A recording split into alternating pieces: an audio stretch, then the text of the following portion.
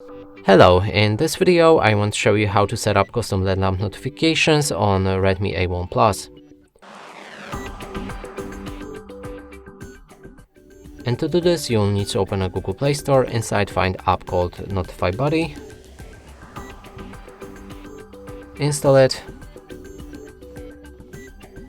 Then when it's ready you can click open, move to the next step and grant 3 permissions for the app.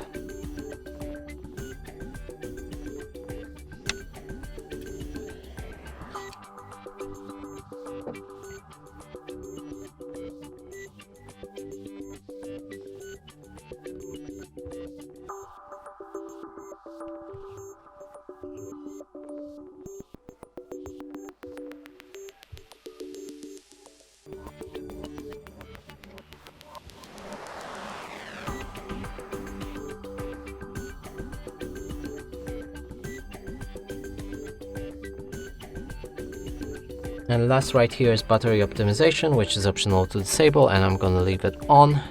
Go to the next steps, and from here you can actually start using your Notify Buddy. You can see 4 tabs: user, system, active, and settings. In user you can pick any apps for allow them to custom LED lamp notifications.